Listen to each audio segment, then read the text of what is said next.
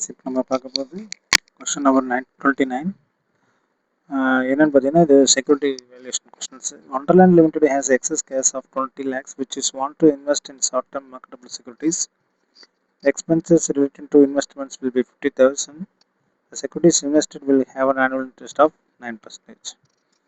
Wonderland உங்கள் கையில் 20 லட்ச ரூபா பணம் வச்சுக்கிறாங்க. அவங்க இன்வெஸ்ட் பண்ண போகிறாங்க ஷார்ட் டேர்ம் செக்யூரிட்டிஸில். அதுக்கு செலவு வந்து 50,000 ஆகுதுங்க. The investment securities yield வந்து 9%. கம்பெனி உங்களோட 6 அட்வைஸ் கேட்குறாங்க.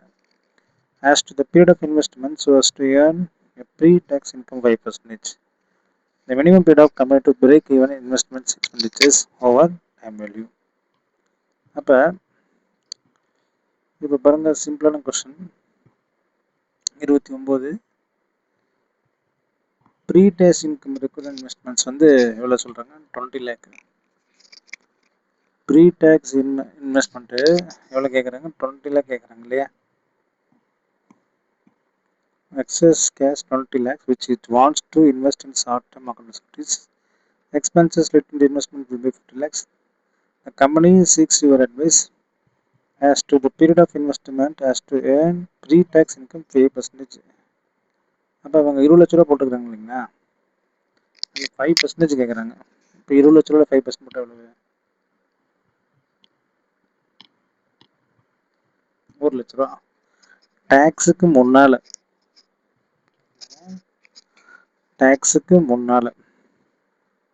ப்ரீ-டேக்ஸ் இன்கம் மட்டுமே அவங்க வந்து 1 லட்ச ரூபா கேட்குறாங்க.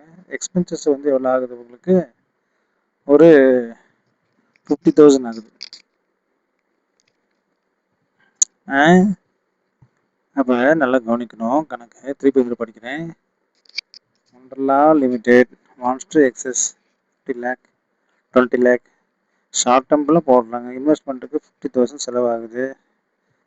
9% ஈல்டு கிடைக்குது. அப்போ 1 லட்ச ரூபா ப்ரீ-டேக்ஸ் இன்கம். அப்போ இவங்க எப்படி போடுறாங்க?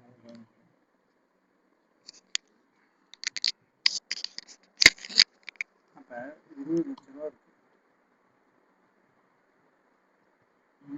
30% ஈல்டு வேணும். 50% ஈல்டு வேணும். P divided 2. இப்போ what is P? Pனா the period of investment. Pன்றது தான் நம்ம கண்டுபிடிக்க போகிறோம். Period of investment. Period of investment minus 50,000 is equal to 1 lakh. 1 lakh எப்படி இருந்துச்சு? Very simple. 20 lakhல 5% ப்ரீ-டேக்ஸ் இன்கம் கேட்குறாங்க. அப்போ 20 lakhல 5% போட்டால் டேக்ஸ் வந்து 1 லட்ச ரூபா. அந்த 1 லட்ச ரூபா எப்படி வேணும் அப்படின்னா, இந்த ப்ரீ-டேக்ஸ் அதாவது இந்த எக்ஸ்பென்ஸ்லாம் கழிச்சு அவருக்கு டேக்ஸுக்கு மேலே பிபிடி நம்ம 1 லட்ச ரூபா வேணும் கேட்டது. அப்போ 20 லட்ச ரூபாய்க்கு 9%. அப்போ 1,80,000 3/12 எனக்கு தெரியாது. மைனஸ் 50,000.